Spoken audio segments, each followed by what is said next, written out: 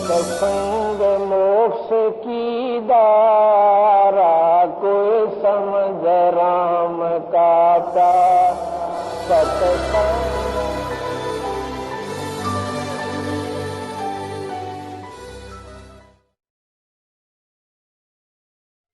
परमात्मा जो श्रेष्ठ भगवान, जो किसी को दुख नहीं दे केवल सुख दे, उसको भगवान कहते हैं, स्वामी कहते हैं। नु तो कसाई भी स्वामी है अपने बकरियां का, पर वो सुखदाई नहीं है। तो इस प्रकार ये काल हमारा स्वामी बना हुआ है और हमें बकरे समझ रहा है। ये हम इसको स्वामी मान रहे हैं, प्रभु मान रहे हैं अपना। हमारा स्वामी तो सतलोक में है और वो यहाँ हमारे लिए भटक रहा है, आता है। वो परमात्मा है, वो दुख नहीं देता किसी को। अब यहाँ के भगवानों को आप देख ले, कपिल मुनि जो है, कपिल ऋषि, ये यहाँ के 24 अवतारों में से एक है कपिल भगवान। और सगड़ राजा के 60,000 पुत्र थे। वो अपना पृथ्वी पर किसी ने बता दिया वो यज्ञ करें थे। किसी ने बता दिया कि एक तालाब बनवा दे, एक बगीची बनवा दे, एक कुआं बनवा दे, तो उसको एक अश्वमेघ यज्ञ जितना पुण्य होता है। तो उनका ऐसी शरण उठी, 60,000 थे, लाग गए सारी पृथ्वी में खड़े खोदन। पृथ्वी गई विष्णु भगवान के पास और उससे कहा कि भगवान मैं तो जिला वतन कर दी। और किसने कर दी कि 60,000 सगड़ के पुत्र हैं, सारी खोद गिरी उन्नत में।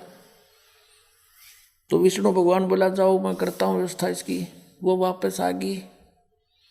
एक देवी है, प्रत्येक ग्रह के, प्रत्येक पृथ्वी की, सब समुद्र के अलग अलग इन्होंने देवता डिस्ट्रीब्यूट कर रखे। तो पृथ्वी देवी वहाँ गई। उधर से एक विष्णु ने क्या किया कि इंद्र को कहा कि तेरी गद्दी खतरे में है और 60,000 सगड़ के पुत्र हैं, वो ऐसे ऐसे यज्ञ कर रहे हैं। अब तू देख ले, जब उनकी यज्ञ पूरी होगी तो तेरी गद्दी छीन कर उनको देनी पड़ेगी। अब वो क्या करते थे, उन्होंने घोड़ा रखा हुआ था। उस घोड़े के गले में पंपलेट टांग रखा था कि हमारे मार्ग में जो बाधा करे युद्ध के लिए तैयार हो जा, हमने को रोक कर नहीं।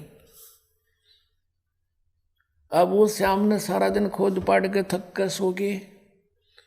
वो घोड़ा बंध रहा था। अब इंद्र ने भेजे अपने दूत, वो घोड़े को खोल के और कपिल मुनि की जांग का बांध आई। वो तपस्या करे था, काफी वर्षों से बैठा था और उसकी आंखों की पलक भी जमीन पर टिकी हुई थी। अब वो ध्यान मग्न था, उसकी जांग का घोड़ा बांध आए। अब उस घोड़े की तलाश करीब है, किसी ने पकड़ लिया। सुबह उठे जब वो सारा लापड़दा चल पड़ा, घोड़े की पेड़ देखता देखता ऋषि का बांध रखा जांग का, क्योंकि बिना खाए पिए शरीर सूख के, जैसे इस वट वृक्ष की पीपल की जड़ दिखा कर माटी तो बाहर नारी नारी नू ऐसे वो टांग हो रही थी, उनमें रस्सा बांध आई।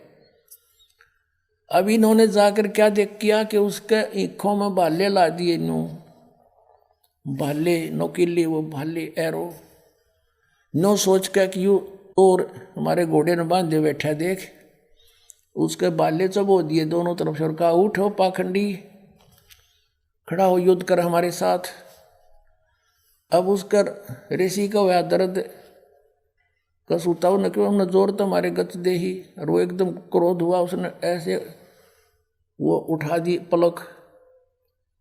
वो तो एटम बम बना बैठा था, न्यों कर दी। वो सारे 60,000 के 60,000 जल गए, अग्निबाण छूटे उसकी आँखें थे।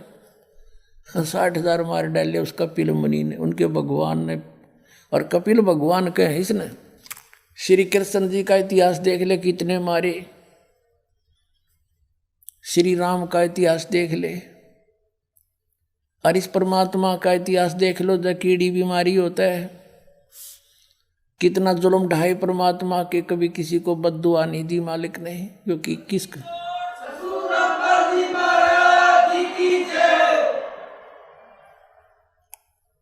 अब इसको पता किसने मारूं, सब मेरे ही तो हैं, अपने के मारे जाकर किसी पे।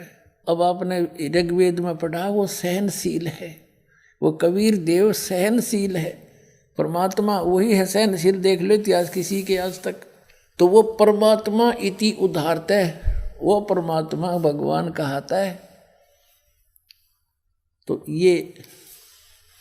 ये हमारे परमात्मा है, हमारे भगवान है, हमारे लिए भटक रहे हैं। ये सुख सुख देते हैं, दुख नहीं देते। सतलोक में जब चले जाएंगे वहाँ दुख नाम की वस्तु नहीं है।